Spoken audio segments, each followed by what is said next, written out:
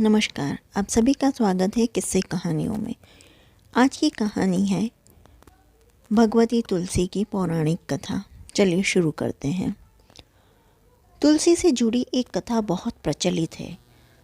श्रीमद् देवी भागवत पुराण में इनके अवतरण की दिव्य लीला कथा कही गई है। एक बार शिव ने अपने तेज को समुद्र में फेंक दिया था। उससे एक महातेजस्वी बालक ने जन्म लिया। यह बालक आगे चलकर जालंधर के नाम से पराक्रमी दैत्य राजा बना। इसकी राजधानी का नाम जालंधर नगरी था। दैत्य राज कालनेमी की कन्या वृंदा का विवाह जालंधर से हुआ। जालंधर महाराक्षस था। अपनी सत्ता के मद में चूर उसने माता लक्ष्मी को पाने की कामना से युद्ध किया, परंतु समुद्र से ही उत्पन्न होने के कारण माता लक्ष्मी ने उसे अपने भाई के रूप में स्वीकार किया। वहाँ से पराजित होकर वह देवी पार्वती को पाने की लालसा से कैलाश पर्वत पर गया। भगवान देवाधिदेव शिव का ही रूप धरकर माता पार्वती के समीप गया, परंतु माँ ने अपने योग बल से उसे तुरंत पहचान लिया तथा वहाँ से अंतर्ध्यान हो गई। देवी पार्वती ने क्रुद्ध होकर सारा वृतांत भगवान विष्णु को सुनाया। जालंधर की पत्नी वृंदा अत्यंत पतिव्रता स्त्री थी। उसी के पतिव्रत धर्म की शक्ति से जालंधर न तो मारा जाता था और न ही पराजित होता था। इसलिए जालंधर का नाश करने के लिए वृंदा के पतिव्रत धर्म को भंग करना बहुत ज़रूरी था। इसी कारण भगवान विष्णु ऋषि का वेश धारण कर वन में जा पहुँचे, जहाँ वृंदा अकेली भ्रमण कर रही थी। भगवान के साथ दो मायावी राक्षस भी थे, जिन्हें देखकर वृंदा भयभीत हो गई। ऋषि ने वृंदा के सामने पल में दोनों को भस्म कर दिया। उनकी शक्ति देखकर वृंदा ने कैलाश पर्वत पर महादेव के साथ युद्ध कर रहे अपने पति जालंधर के बारे में पूछा। ऋषि ने अपने माया जाल से दो वानर प्रकट किए। एक वानर के हाथ में जालंधर का सिर था तथा दूसरे के हाथ में धड़। अपने पति की यह दशा देखकर वृंदा मूर्छित होकर गिर पड़ी। होश में आने पर उन्होंने ऋषि रूपी भगवान से विनती की कि वह उसके पति को जीवित करे।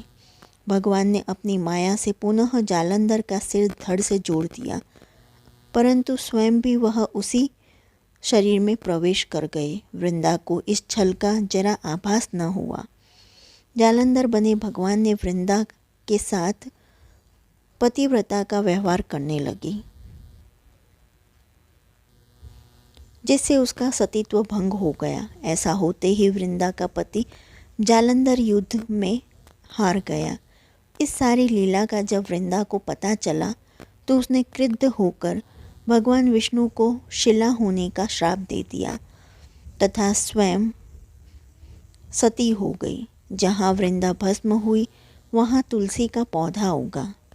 भगवान विष्णु ने वृंदा से कहा, हे वृंदा, तुम अपने सतीत्व के लिए मुझे लक्ष्मी से भी अधिक प्रिय हो गई हो। अब तुम तुलसी के रूप में सदा मेरे साथ रहोगी। जो मनुष्य भी मेरे शालिग्राम रूप के साथ तुलसी का विवाह करेगा, उसे इस लोक और परलोक में विपुल यश प्राप्त होगा। जिस घर में तुलसी होती है वहाँ यम के दूत भी असमय नहीं जा सकते।